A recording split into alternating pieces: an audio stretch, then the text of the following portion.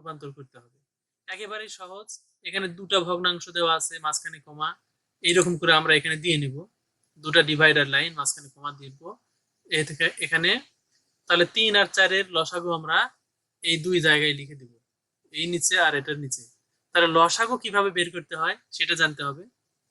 আমরা লসাগু অনেক ভাবে বের করতে পারি, মুখে মুখেই আমরা লসাগু বের করতে পারবো। দেখো সহজ নিয়ম, 3 আর 4 এর লসাগু, এই দুটার মধ্যে যেটা বড় সেটাকে ধরো, এই 4 কে ধরো। এখন দেখো যে এই 4 কে কি ভাগ করা যাচ্ছে কিনা, এই 3 দ্বারা ভাগ করা যাচ্ছে না, তাহলে 4 এর ডবল করো 8, 8 কেও 3 দ্বারা ভাগ করা যাচ্ছে না। এখন 3 গুণ করো, 3 4 12, 12 ধরো, 12 ধরলে 3 দিয়ে ভাগ করা যাচ্ছে, তার মানে 12ই লসাগু। আচ্ছা, এখানে 12 লসাগু হলো। এখন কাজ হলো এই নিচেরটা দিয়ে এই নিচেরটাকে ভাগ, ভাগ করলে কত হয় 4, ওই 4 দিয়ে এই উপরে গুণ, 4 কে 4। আবার একই ভাবে এই নিচেরটার সাথে এই নিচেরটা ভাগ করো, 4 দিয়ে 12 কে ভাগ করলে 3, সেই 3 দিয়ে উপরে এটার সাথে গুণ করো, 3 কে 3 হয়ে গেল। এখন আমরা এখানে কি করব, 3 আর 2 এর লসাগু, আগে বলেছি যে বড়টা লসাগু হতে পারে, তাহলে বড়টাকে ধরে দেখি যে ভাগ করা যায় কিনা। 3 কে কি 2 দ্বারা ভাগ করা যাচ্ছে কিনা, 3 কে 2 দ্বারা ভাগ করা যাচ্ছে না, তার মানে 3 কে ডবল করতে হবে 6, 6 কে 2 দ্বারা ভাগ করা যায়, তার মানে লসাগু 6। আচ্ছা, এখন আগের মতো এই নিচেরটা দিয়ে এই নিচেরটাকে লসাগুকে ভাগ করতে হবে। তাহলে 3 দ্বারা এই 6 কে ভাগ করলে 2, সেই 2 দিয়ে এখানে গুণ, তার মানে 2 দুগুণে 4। আচ্ছা, একই ভাবে আবার এই 2 দিয়ে এই 6 কে ভাগ করি, তাহলে 2 দিয়ে 6 কে ভাগ করলে 3, সেই 3 দিয়ে এটার সাথে গুণ করো, 3 কে 3 হয়ে গেল।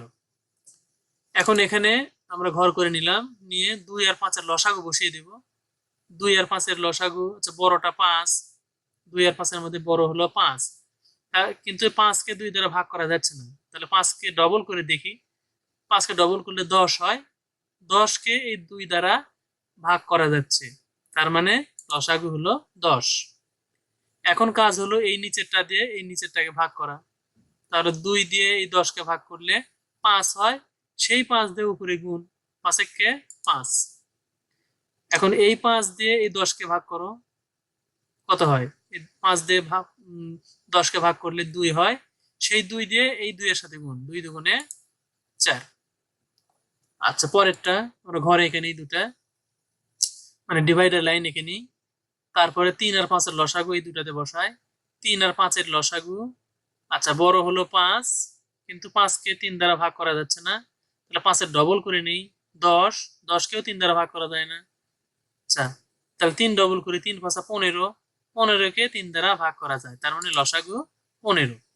এই দুটাতেই লসাগু দিয়ে দিলাম। এখন লসাগুকে ভাগ করব এই নিচের সংখ্যা দ্বারা, তাহলে 3 দ্বারা এই 15 কে ভাগ করলে 5 হয়, সেই 5 দিয়ে উপরে গুণ, 5 কে 5। আচ্ছা, এখন আবার এটা এই 5 দিয়ে এই 15 কে ভাগ করলে কত হয় 3, সেই 3 দিয়ে এই 2 এর সাথে গুণ, তাহলে 3 দুগুণে 6 হয়ে গেল। আমাদের সমান ছিল না, কিন্তু এখানে সমান হয়ে গেল, 6 6, এখানে 15 15, এখানে 10 10, মানে হর গুলো আমরা কি করলাম সমান করে তৈরি করলাম। এটাকে বলা হয় সমহর বিশিষ্ট ভগ্নাংশ।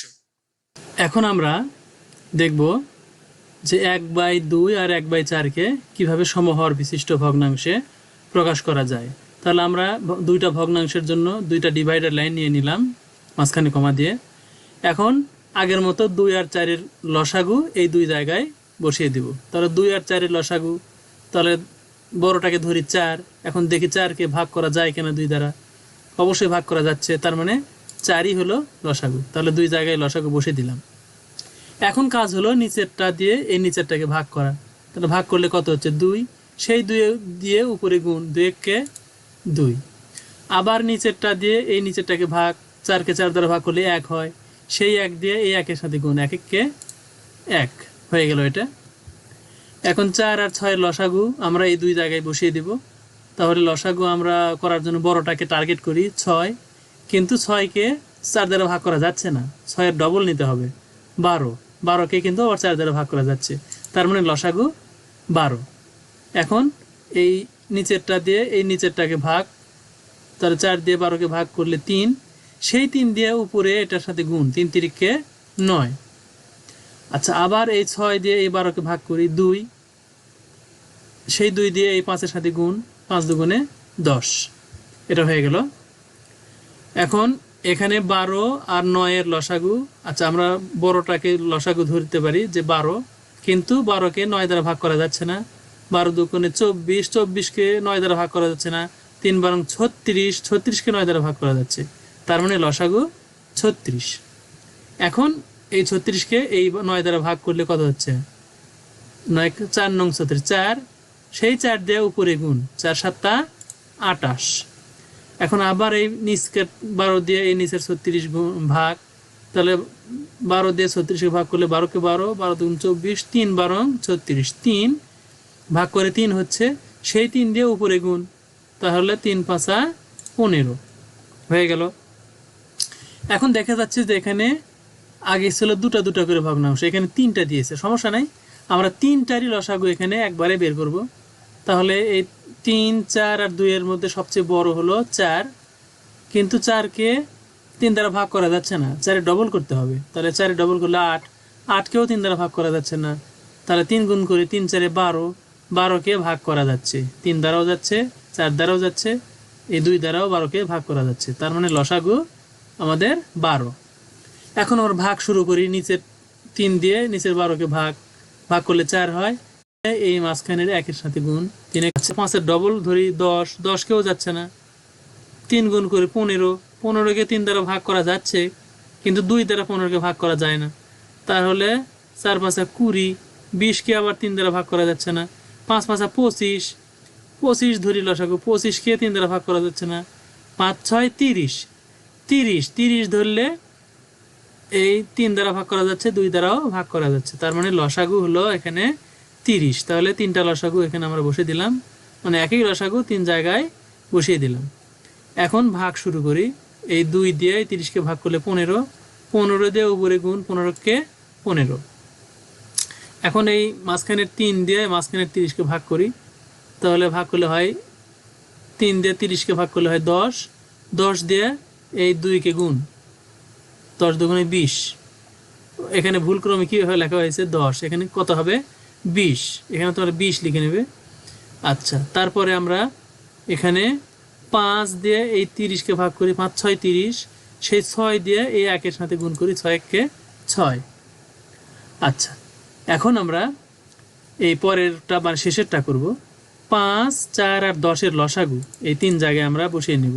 তাহলে লসাগু আমরা কীভাবে বের করব, যে এর মধ্যে সবচেয়ে বড় হলো 10, এই 10কে আমরা লসাগু ধরি, কিন্তু 10কে 4 দ্বারা ভাগ করা যাচ্ছে না, তার মানে 10-এর ডবল করে নিলে দেখি কি হয়, 10-এর ডবল হলো 20, 20কে 4 দ্বারাও ভাগ করা যাচ্ছে, 5 দ্বারাও ভাগ করা যাচ্ছে, তার মানে 20ই হবে লসাগু।